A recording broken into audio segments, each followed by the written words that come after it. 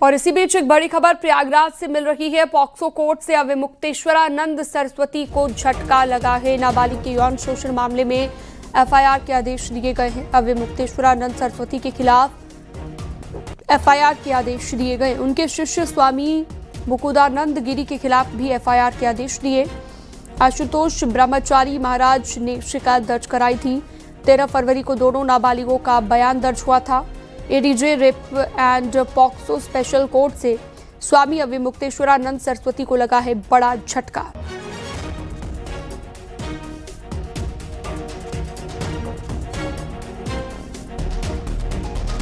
आज क्या कुछ कहा है कोर्ट ने और अपने फैसले में क्या आदेश पारित किया है? कोर्ट ने प्रथम दृष्टया यह साबित माना है कि नाबालिग बच्चे के साथ कुकर्म हुआ है, लैंगिक अपराध हुआ है और तमाम पुलिस कमिश्नर की रिपोर्ट के बाद ये साबित हो गया है कि इन्होंने ऐसा गलत काम किया है।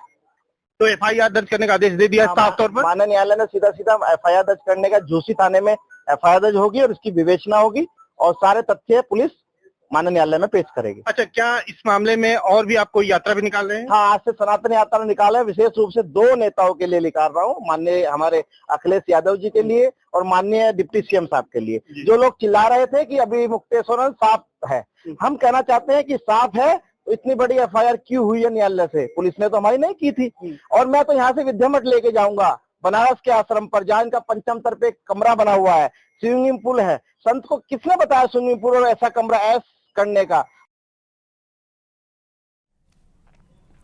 एफआईआर के आदेश पर अविमुक्तेश्वरानंद का बयान सामने आया है। आरोपों का निडरता से सामना करेंगे। अविमुक्तेश्वरानंद ने ये कहा है, यौन शोषण का केस फर्जी साबित होगा। अविमुक्तेश्वरानंद मुझ पर झूठे आरोप लगाए गए हैं, ये भी कहा गया।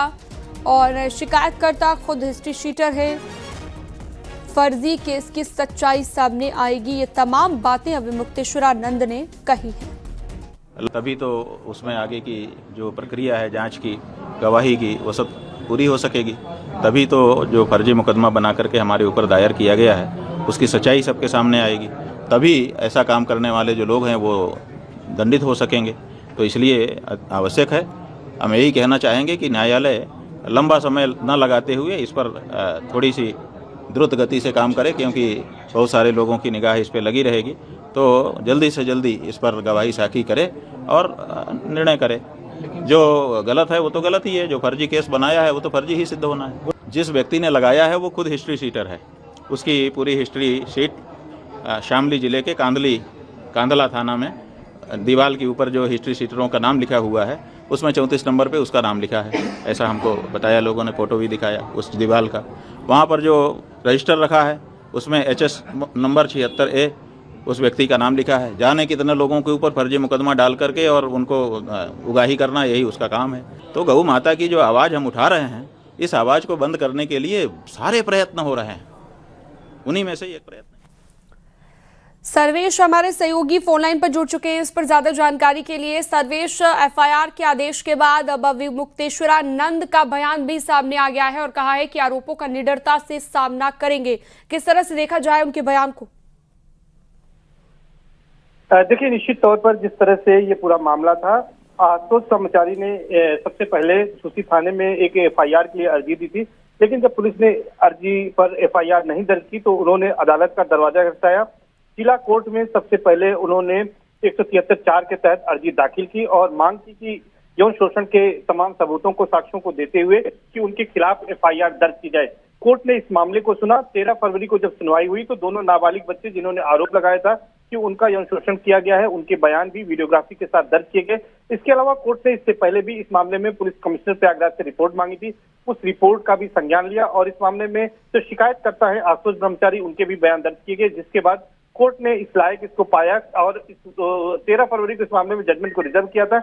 और आज कोर्ट ने फैसला सुनाते हुए आदेश पारित किया है कि स्वामी अविमुक्तेश्वरानंद सरस्वती, इसके अलावा उनके शिष्य मुकुंदानंद पर एफआईआर दर्ज की जाए। झूसी थाना पुलिस अब इस मामले में एफआईआर दर्ज करने के साथ साथ पूरे मामले की विवेचना करेगी, जिसके बाद ये पूरा मामला आगे बढ़ेगा। तो ये कहा जा सकता है कि एक तरह से अब उनको ट्रायल का इसमें विवेचना होगी और उसके बाद कोर्ट में चार्जशीट जाएगी तो मुकदमे का ट्रायल भी शुरू होगा।